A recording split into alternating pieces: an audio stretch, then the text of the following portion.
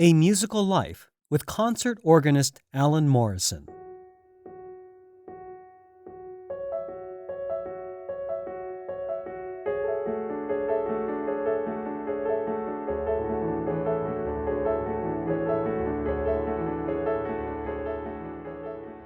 Alan Morrison is recognized as one of America's premier concert organists, performing in prestigious concert organ venues across the United States and in Canada, as well as in international festivals. Alan is currently the head of the organ department at the Curtis Institute of Music and is a faculty member of Westminster Choir College and college organist at Ursinus College.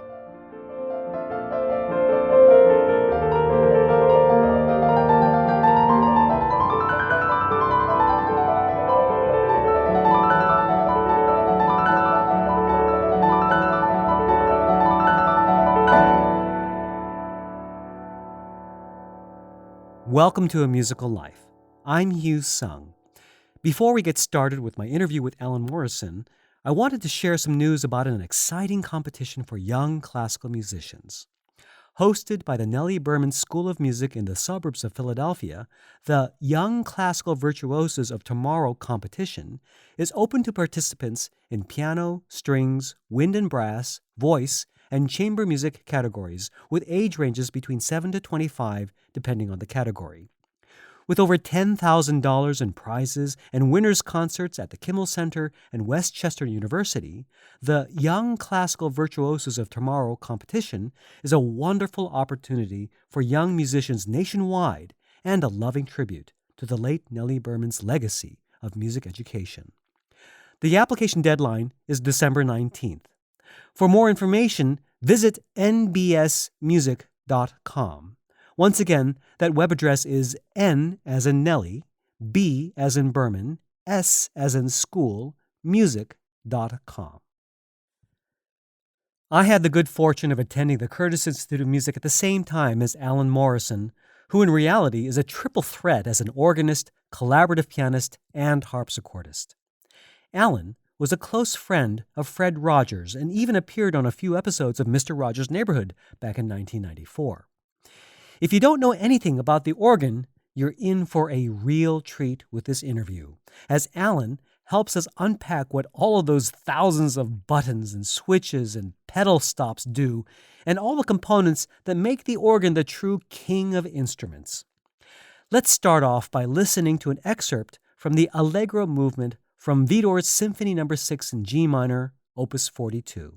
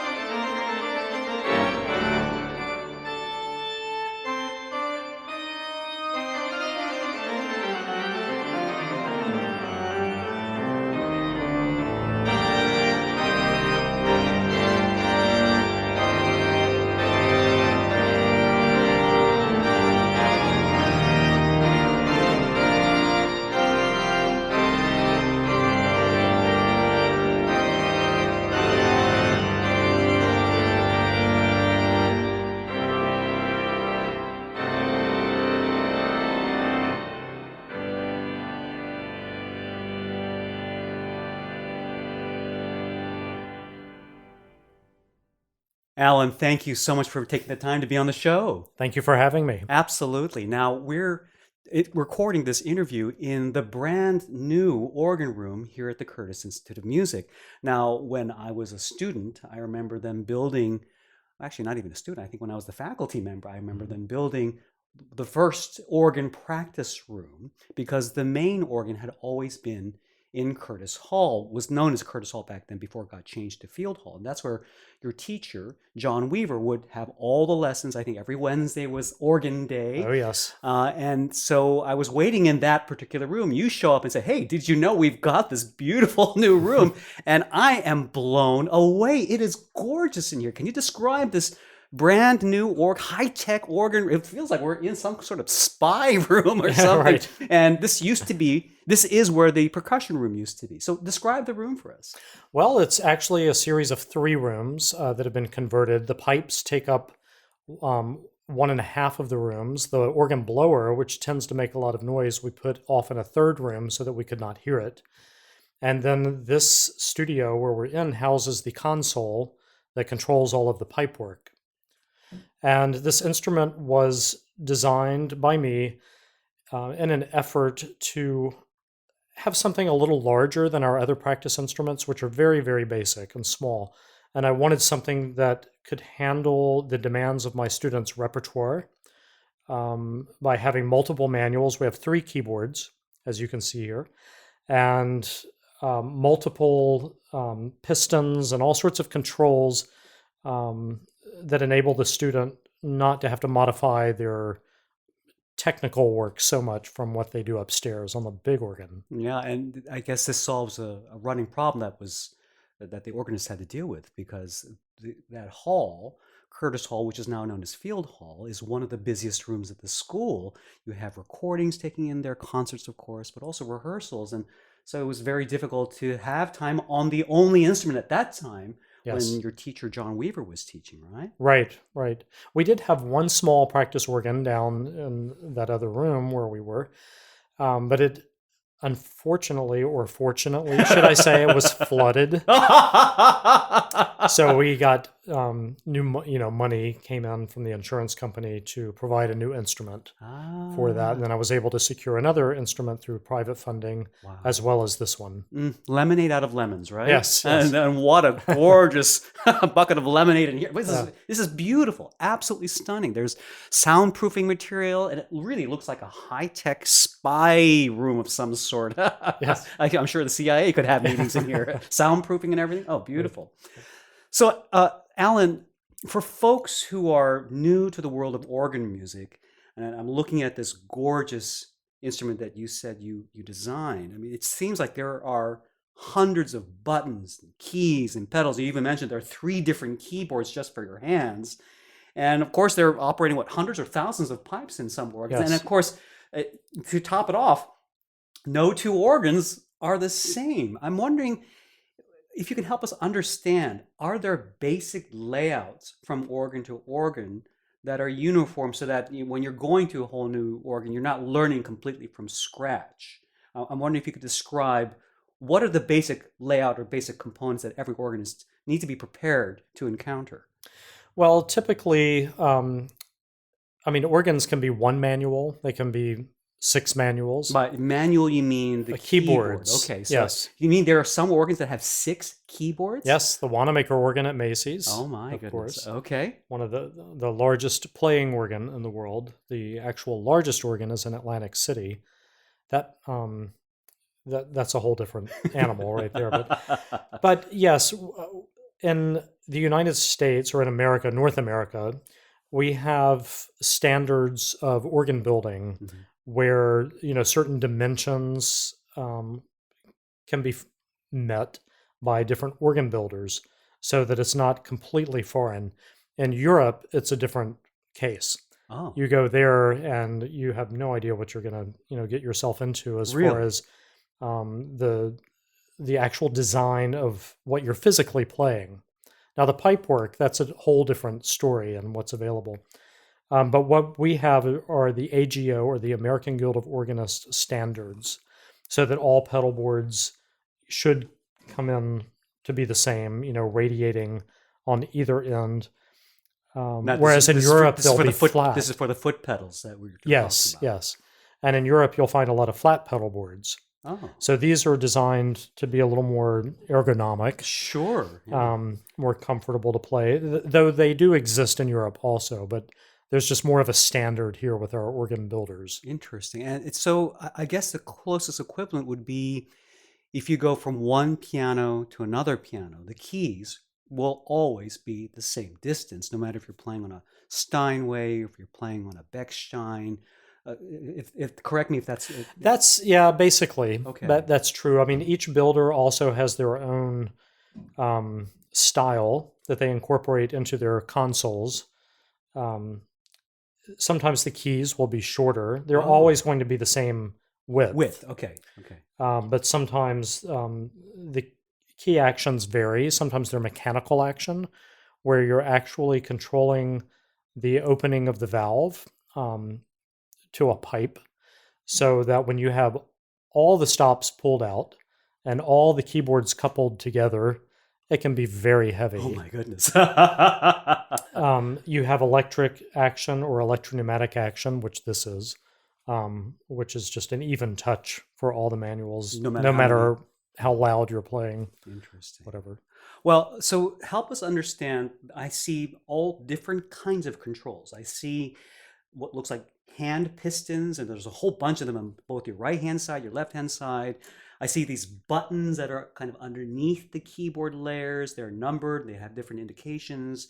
Of course, but down by the pedals, your foot pedals, you have buttons. I think we call them stops. The foot stops or Pistons, toe studs. Toe studs or pistons. And Mhm. then you have two other pedals that look like car pedals that you would accelerate with. Yes. And what are those called? Those are swell pedals. Swell pedals. Yes. And then we have, and you were teaching me about this, we have these little plastic slabs along the console right in front of you. They have words like grade to pedal, swell to grade, and all this other stuff. What are those slabs? They look like piano keys taken off the piano, but just kind of hanging up there. What are those called? Those are called couplers, Okay. and they allow us to couple one keyboard to another keyboard. In other words, you can have two keyboards playing the same thing? Exactly. Ah. And the numbers you see, 16, 8, 4, 8 is the unison pitch. If I were to press the 16 coupler, it would play the octave below. Interesting. So if I press the 8, then both keyboards would play exactly the same pitch. Yes. Could you demonstrate that for us? Yes. So here is an 8-foot flute on the upper keyboard. Here's an 8-foot flute on the middle keyboard. And by putting the coupler, I get both together. Ah. By putting the 16, by holding one note, I get the octave below. And the 4, it's all math, gives us the octave higher. And I'm only playing one note, but I'm getting 3 different octaves. Oh, wow. How cool. Yep. Okay, so I understand the couplers. Help us understand these wonderful looking pistons, which they look like, I don't know, pinball handles if I were playing a pinball machine. Okay, these are stops. Oh, stops. These Okay, are I'm the sorry. stops, that's fine. Okay. So an organ is, as Mozart said, the king of instruments, because it's basically an orchestra. Not all of them actually seek to imitate orchestral instruments, but you still have sounds that vary. One sound that's unique to the organ is a principal. They call it a principal. That's universal. Sometimes in France, it's called a mantra. In England, you may hear diapason, but they all mean the same thing, and it's a stop that's not imitative of any instrument. It just sounds like an organ. So that's the principal Yes. sound. Yes. So help us, if you could demonstrate how the other sounds are supposed to sound like orchestra instruments. Yes. So then there are 4 families of pipes. We have principals, flutes, strings, and reeds. This instrument has all of those, but limited because we are in a practice room. But flutes have a more hollow, fluty sound. That sounds like a flute. Here's another flute. We have strings that are a little thinner, imitating, this one is called a viola.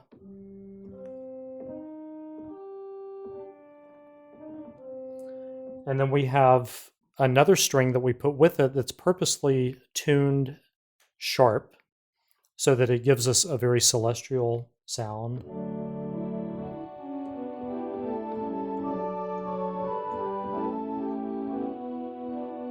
Now, I just want to, and this may sound a little ignorant, but I want to emphasize that the sounds you're hearing, they're all coming from Pipes.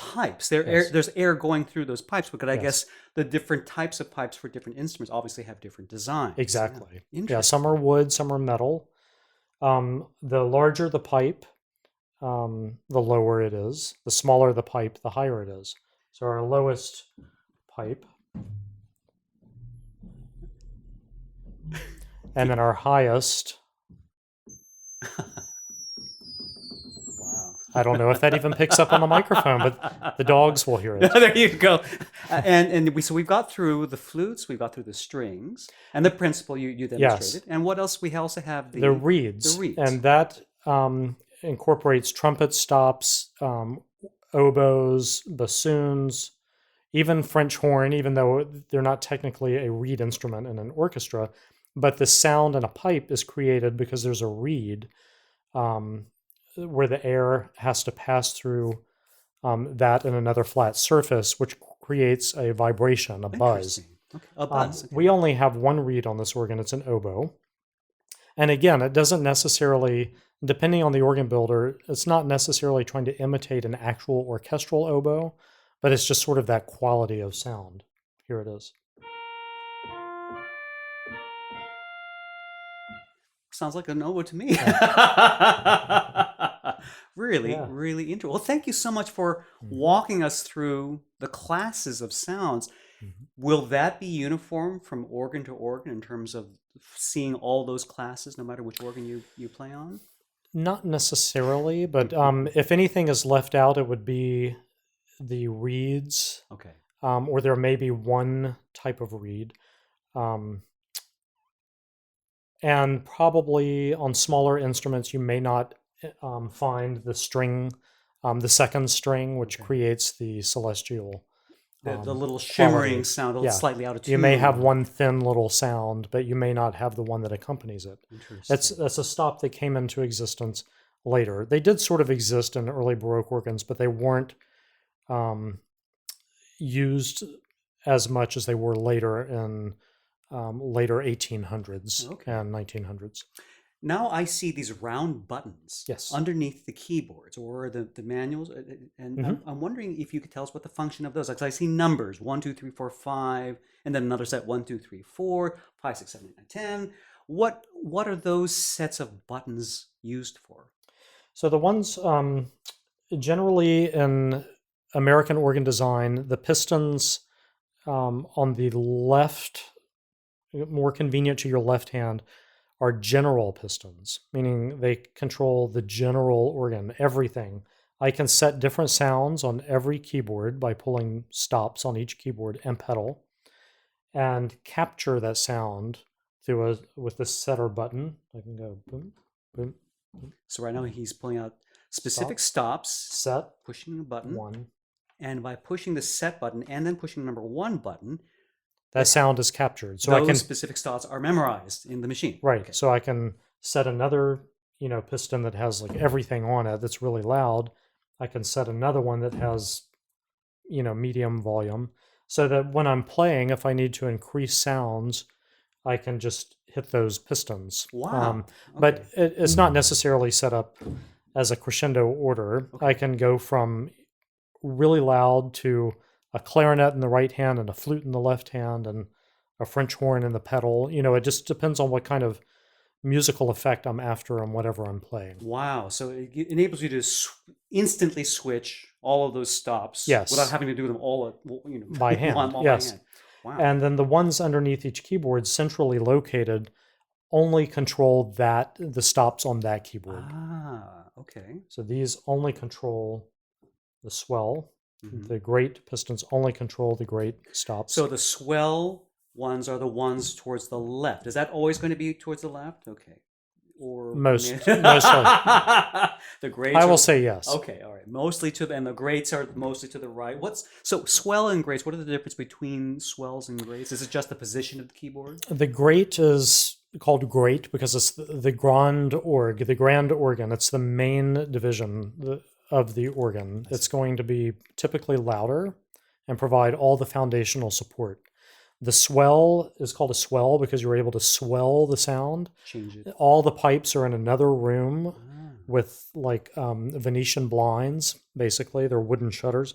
And when you close the swell, the one that looks like one of the accelerator or the brake pedal, the blinds shut. And when you open them, the blinds open. So it makes the sound more present. Would you demonstrate that for us? So he's going to play a sound, and he's going to use his left foot on the swell pedal, and he'll demonstrate how he can get the Venetian blinds to change the sound. Yes. Sound.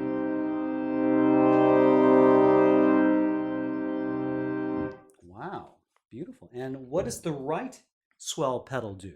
This one is commonly found on American instruments. It's called a crescendo pedal.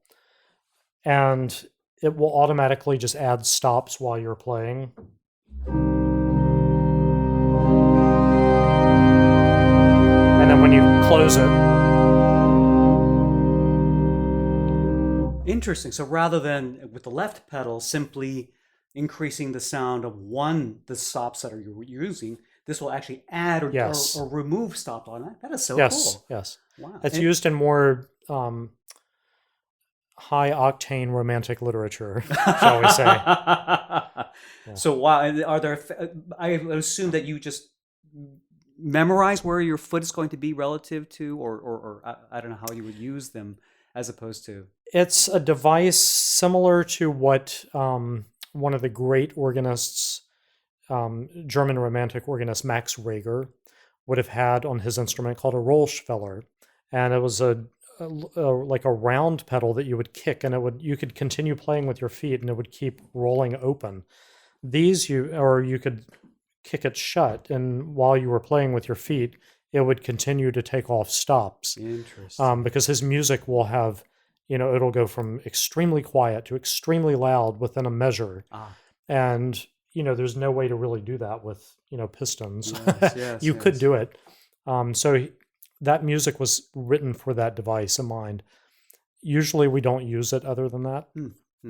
Or I don't teach my students to use it other than that. So tell us a bit about the toe studs. Is that what you call them? Yeah, so they're just duplicate of what you see on the manuals in case your feet are too busy, or in case your hands are too busy playing, you can use your feet. These are exactly the same as these. I see. So the toe studs there's like two sections. There's a section of toe studs to his left, the pedal. And then these are pedal toe studs that just control the pedal stops. Towards the right, okay. And so, wow, fascinating. It's a lot to absorb. So again, the question is, you're in a new city, you're in a new organ. It's a custom organ for that space. How do you learn to adjust? I guess you learn not to get too comfortable with your own instrument, do you? Exactly. Yes. No, I stop, and what I teach my students is to sit down, take the time. It takes hours to set up a program, days. And I pull one stop at a time, like this principle, and I just start playing a chromatic scale, and I listen. I'll do that all the way up and down with every stop, listening for evenness, and I'll start combining stops. Sometimes they don't sound good together. And I just start experimenting. That's my laboratory, And that way, when I'm setting up my program, working on sounds for my pieces, my ear already knows what everything sounds like. I'm not just guessing and randomly pulling stops. So the art of playing the organ, in large part, is really learning to create a cocktail of sounds, in a sense. You're learning to kind of experiment with all these different sound ingredients that are unique to every organ. Exactly. And you can't, while every period of music has specific sounds you're trying to recreate, Baroque literature does not sound like Romantic literature in the sounds that we use, or it shouldn't. And you want whatever organ you're playing at the time to sound its very best. So in pulling out Baroque stops, the principal choruses, the principal 8, 4, 2, etc., may not really sound that pretty on some instruments. So you start there, but then you have to start adjusting and figure out how to make whatever organ you're playing sound its very best. I have a question. Can you recognize a particular organist by his selection of sounds? Do organists have their own unique sound canvases they bring to a given instrument? That's a very good question. Once upon a time, there was the late, great Virgil Fox, who was a very famous organist, had a very specific way of playing that was very controversial, but he was way ahead of his time. He was extremely colorful, and he, used an instrument in ways that, if he was playing a work of Bach, that a purist would not have dared play it that way. He was very orchestral. He would play a fugue and solo out one line on a trumpet. He would sort of do what Stokowski did with the Bach transcriptions for orchestra. Wow. So he always orchestrated his music, so you could hear that and say, oh, that must be Virgil Fox, because Interesting. others weren't doing that at that time. Mm. But it's more common now. It's not really acceptable in all schools of thought, but I think it's harder today to tell who's playing. Is that a good thing or a bad thing? I think you could tell who's playing by how they play, but not necessarily by the stops they're using. I see. Interesting. Now, getting to a little bit of your footwork, I was noticing in one of your YouTube videos you were performing a pageant by Leo Sowerby? Sowerby. Yes. By Leo Sowerby, where you were able to play 3 notes at a time with only 2 feet. And you were actually using the heel and toe of one shoe to play 2 notes at a time with 1 foot.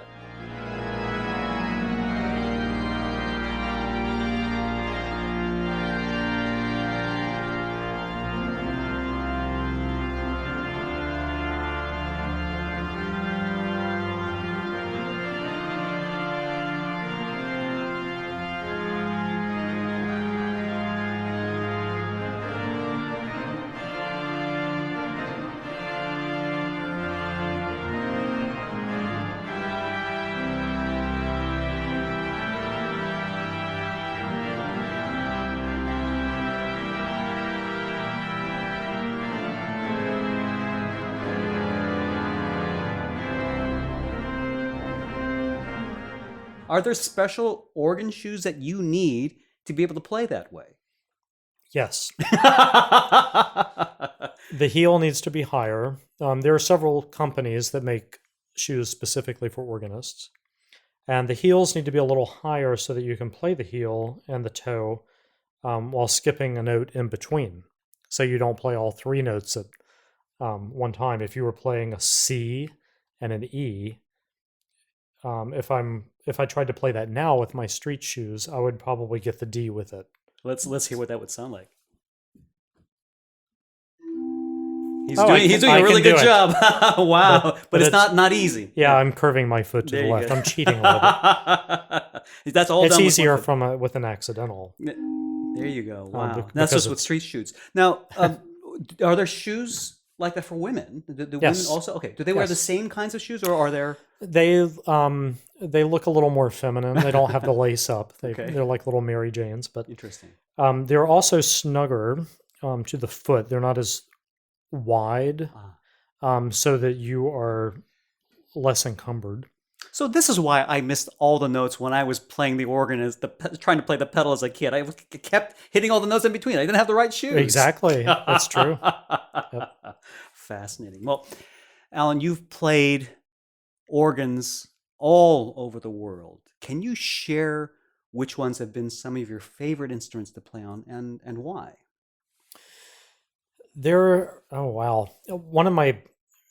From a recent experience, a real highlight was playing the instrument at St. Paul's Cathedral in London.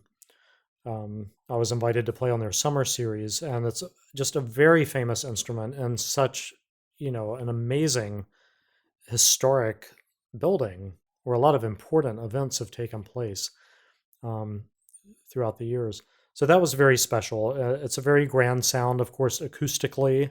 It's very wet in there, so you have to plan. A lot of reverb, a lot of echo. You have to plan repertoire very carefully, so that everything isn't just a blur of sound. I played a really beautiful, very different instrument in Russia, in St. Petersburg, that was sort of a combination of a German and French organ, and it was built by a German company. Wow. But the swell division, the upper keyboard, was very French in nature, while the other manuals were very Germanic. But somehow the way it was voiced, it all blended very well. And that was a very unique experience. Here in the States, there are so many great instruments. I'm very fond of the organ here at the Kimmel Center in Verizon Hall, built by an American organ builder, Lynn Dobson. Though it's not in a favorable acoustic for an organ that size, it's in a concert hall. It sounds great, but if you were to transplant that into a cathedral with lots of reverb. It would be really magnificent. There are all sorts of beautiful instruments in Italy, but very specific to music written in the 1500s and 1600s that you can't play literature written later on. It's sort of like playing Chopin on a harpsichord. It just doesn't work.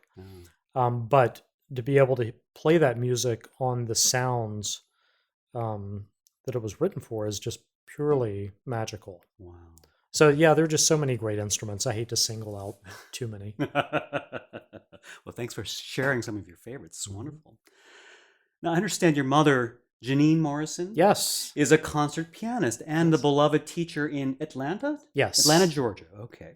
Now, you also are a solo and collaborative pianist yourself, having graduated the Curtis Institute of Music, not only with an organ degree, but also with a master's degree in accompanying. And you also perform piano concertos and chamber music extensively. Now, with such a strong piano background, what attracted you to the organ?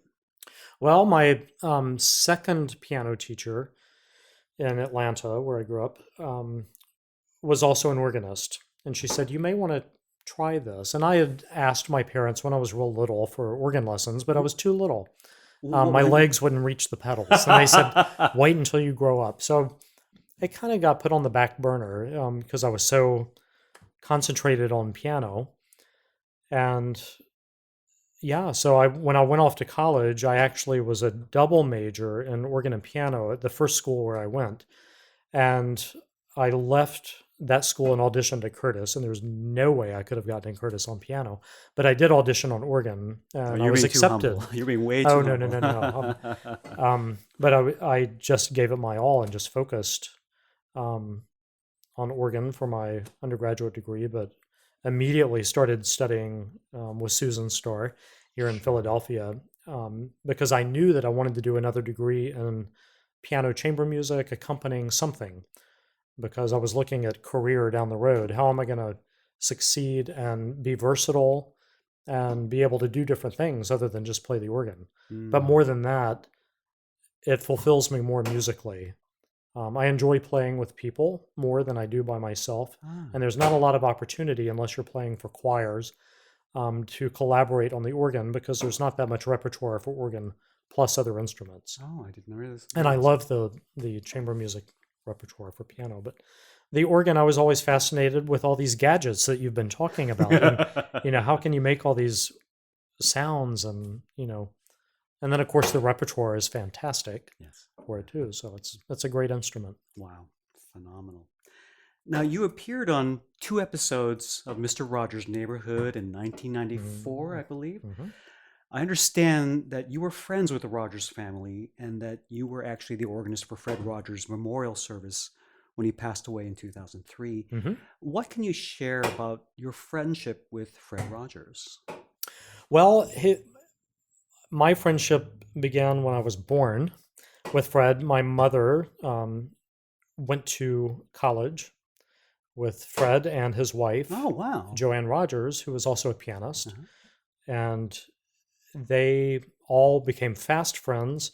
My mother and Joanne Rogers immediately started playing together in 1947. She'll kill me for giving that away. And they just retired in 2006. How about that? So they had a very long career. They really spent the last 35 years of their career like on the road, and they were under management. And they played, with orchestras and just everywhere. They made a few compact discs. Wow! Now 2 piano, 4 hands. 2 piano. 2 piano. Yeah, they did very little piano duet because they used to make each other laugh. So they liked the duo repertoire, but they really did it all. I mean, it was just amazing what they did. And so, of course, Joanne, them living in Pittsburgh, and we were in Atlanta, she spent weeks and weeks at our house throughout the year. She had her own room because she and my mother were always touring. Wow. And Fred would come down on occasion. We would go up, to Pittsburgh. So, and he was my confidant. He was just a great friend, a wonderful listener. And she is likewise to this day. I've heard from other people that Fred Rogers really was the person that he portrayed on that show. It was just such beautiful humanity. Well, what his wife Joanne always said, "What you see is what you get." Yeah. He was exactly that way. He had a wonderful sense of humor, so funny, but just had not a judgmental bone in his body about anything. Just he always looked for the good, and that's all he chose to see. Wow. Wow. Remarkable. It's so beautiful. Now, teaching, I'm looking at the organ here, and there's this lovely little, I don't know if you would call it a poster or a little kind of a paper flyer saying, "You make each day special just by being you." Words of Mr. Rogers with all the different characters from his show plastered on the music rack here. I do that for my students. Oh, wonderful. Now, teaching is a big part of your life and career. In 2002, you were appointed head of the organ department at the Curtis Institute of Music, where you replaced your teacher and legendary organist John Weaver. And in 2006, you joined the faculty of Westminster Choir College of Rider University. We were talking a little bit, we were talking about your decision to study accompanying because you were thinking about career Yes. options and flexibility. What career advice can you offer for organ students who are exploring options after they complete their studies? Do they primarily need to find positions at churches, or are there other options that they should consider? Well, the organ traditionally is found in sacred spaces, and students are usually exposed to the instrument in a church, where they've grown up. So they naturally have been bitten by the church music bug. I was, I always thought, well, I'll play in a church, but I really was more interested in performing, which is why Curtis was a great place for that. It's not the right school for every organist because we don't have a choral program. We don't have the school choir and etc. But I do work with local churches who fund organ scholar positions and make sure that they're getting the very best training with the very best choirs in and around the city. So they're doing very, very complicated repertoire every week, and it takes a lot of their time, which is, I encourage them to do that. I also require them to take harpsichord so that they can also become familiar and have an extra hat to wear for employment. I'm playing continuo for Handel's Messiah, or the choral literature, and then of course here they explore the instrumental literature, and we have a great teacher here, Leon Schelhaze, who works with them and gives them a number of performing opportunities. And then I do encourage piano, to do as much as they can. Some are not as drawn to it, though they all have a great piano background. They have to in order to play organ really well. But some choose to, kind of leave it on the side, and others choose to pursue it more aggressively so that they can then wear that third hat and yet be more marketable. I received my first college teaching job at Rollins College in Winter Park, Florida, because I was able to play the organ, teach organ in their chapel. I was able to play piano to accompany faculty recitals, and I was able to play harpsichord for their Bach festival, which was housed at the college. And they didn't want to have to hire all these different people to do this, and they were able to create an actual faculty position for me because I could do all three. Wow. So I tell my students that, it's not often, if you want to teach, that an organ teaching job is going to come available because they're closing departments left and right because there are fewer students these days, although it is on an upward swing. I'm very encouraged by that, and the players are stronger than ever. But I think it's not only better for marketability to be able to do many different things, I think it makes you a better musician because you're learning so many different ways of making music and with different groups of people. Very wise advice. Now, I understand that you're also writing for a UK publication. Can you tell us what that publication is and what topics you write about? Actually, that was just a one-time gig. Okay. It was for Organist Review, and they wanted me to specifically write on memorization because that's one of our strengths here at Curtis and one of the requirements, which is, I believe, unique among organ programs in this country, that we require our students to play a new work from memory every week. Every performance week. class. Every week. I remember John Weaver requiring that of the students. Yes. And it was a source I haven't of great let it terror. drop. Yes. It's not always a huge work, or if it's a very large work, I have them divided up into sections. It's not meant, as I tell them, it's not a punishment. It's to take advantage of this time because, as you know, the pieces you learned in college and memorized really well are the pieces you can still fall back on today. Yes. I'm assuming. Yes. That's the backbone of my repertoire. And I can sit down and play almost anything I learned in school. Wow. Whereas if I learned something sort of halfway to play for a church prelude, I would be sight reading it again today. Interesting. So we were talking a little bit before we started the interview. You were giving me the tour of this special room, and you were also sharing a little bit about the amazing organ you have at your place. What are your thoughts on digital organs and other technologies being integrated into traditional pipe organs? It really depends on the circumstance. I'm not, when I go and play a concert, I do not play electronic organs. I have, but I choose not to because it's not, I don't receive the same satisfaction that I do with an instrument that's made with all these working parts and it's breathing, it has lungs. I look at the craftsmanship of an instrument, and it's not, with a big pipe organ, it's not just somebody's job to build the instrument. It's really a labor of love. And they've, had their hands on every pipe. They've worked with it. They've whittled the wood. They've really built it with their own two hands. And every organ has a soul and something unique that you can find and bring out of it and appreciate. And electronic instruments tend just to be more generic. That note sounds like that. And I just feel like I'm playing a robot and not a human being. Do you find that electronic instruments are less expressive? Yes. In general. And yet you were describing a really interesting setup that you have with your instruments. Yes. Now, I said it depends on the circumstance. Now, Okay.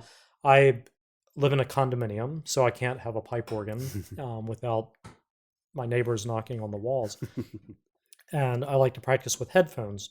So I have a newer invention called a Hauptwerk organ. It's a German technology where you can take any existing console. I could take this console, for example, because it has MIDI hookup underneath the keyboards, and hook it up to a computer system and load a CD-ROM into the computer, and it will actually load a digitally sampled organ into my existing instrument.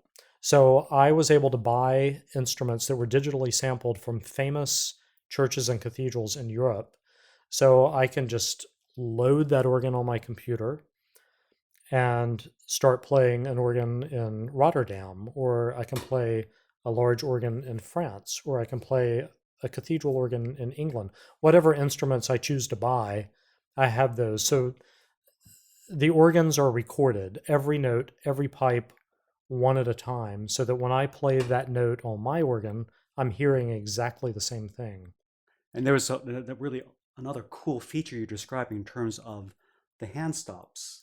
Yes. The virtual hand stops. Since I don't have stops, because every organ's going to be different, I have a touch screen, and the visual appears of the stops, and I can of those organs. Of those organs, and I can just touch them on and off. It sounds like that would be a fantastic training tool. Yes. For students to get familiar with all the sounds. With the sounds and the different organ configurations, wouldn't you say? Exactly.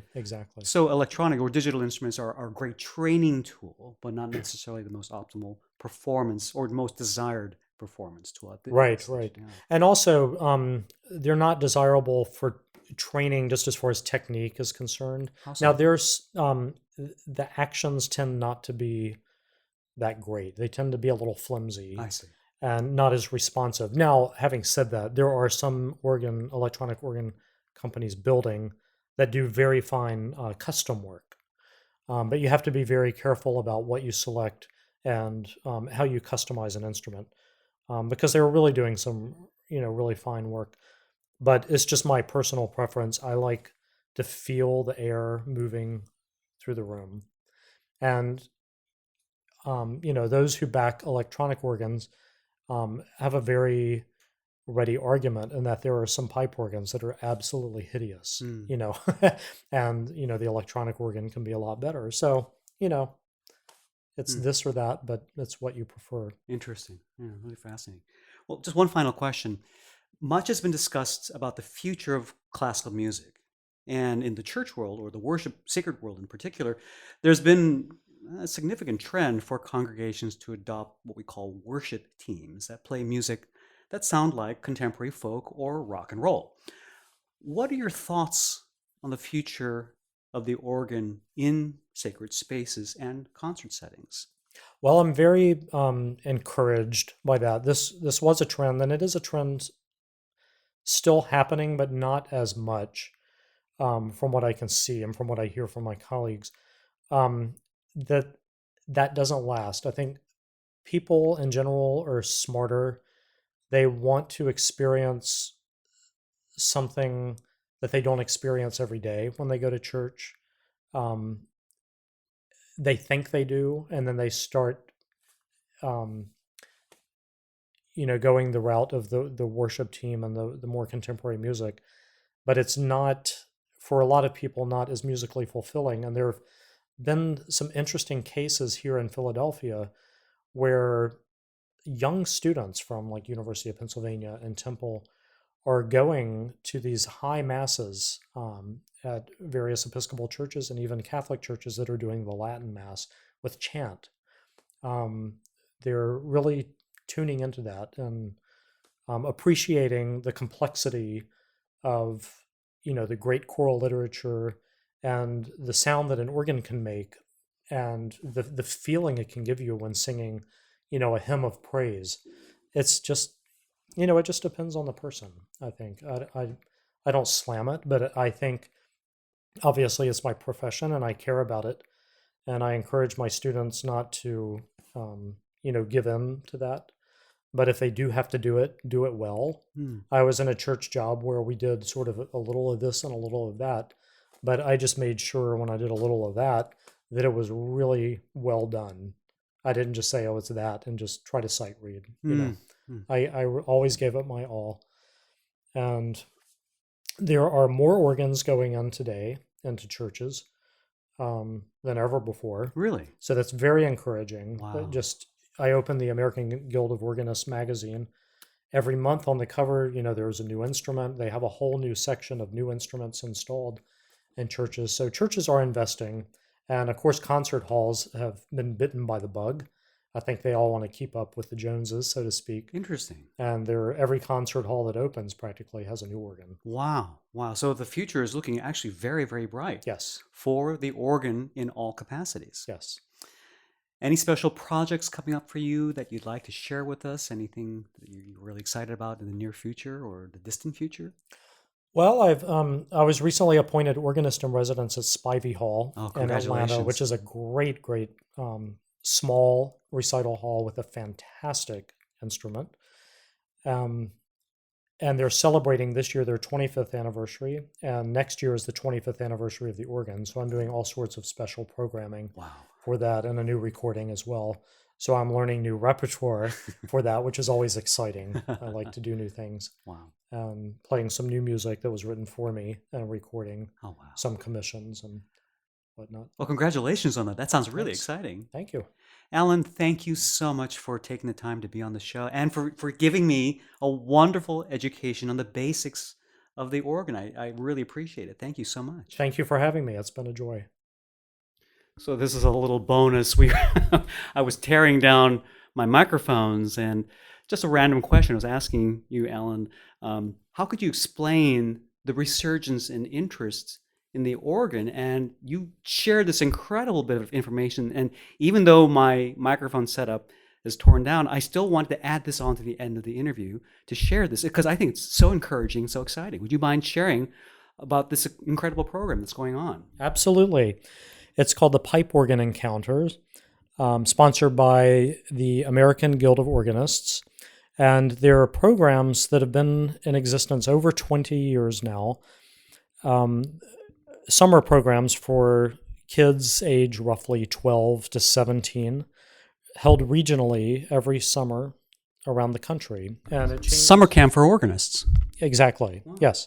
And then a few colleges also have summer camps. Westminster Choir College, they've had one forever.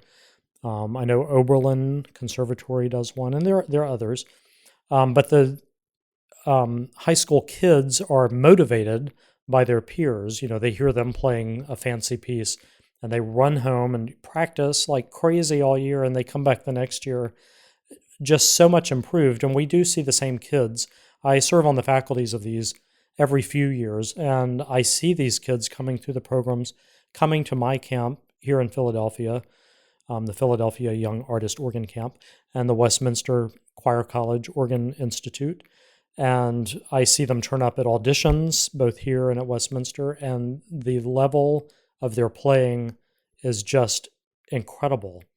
And I know it's motivation because they have a little competitive nature with their peers, and they want to be better when they go back the next summer. They certainly don't want to be worse. Mm-hmm. And it's these programs I think are just dynamite.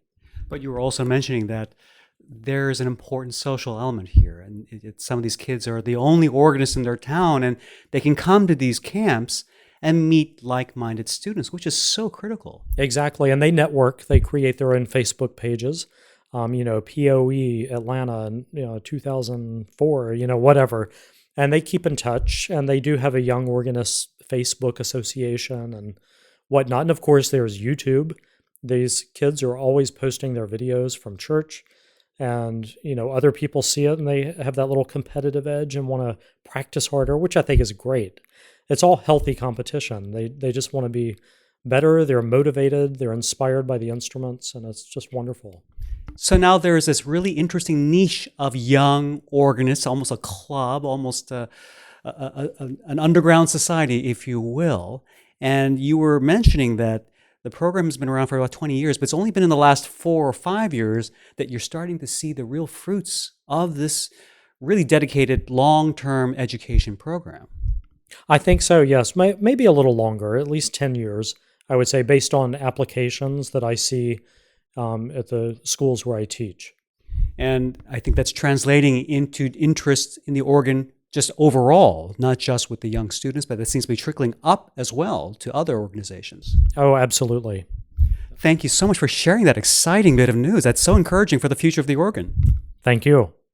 For links to Alan's website and an amazing video of Alan's incredible pedal footwork on Leo Sowerby's Fanfare heard in this episode, be sure to visit the show notes at amusicallife.com. While you're there, be sure to sign up for our newsletter to get the latest updates on future episodes. You can also subscribe to A Musical Life through iTunes or with your favorite podcast playing app and get new episodes automatically downloaded onto your smartphone, tablet, or computer. If you enjoy these stories about making music and the things that move our souls, please tell a friend about this show and consider posting a short review on iTunes at amusicallife.com/review. Thank you for your support. Until next time, I'm Hugh Sung, and I wish you a musical life.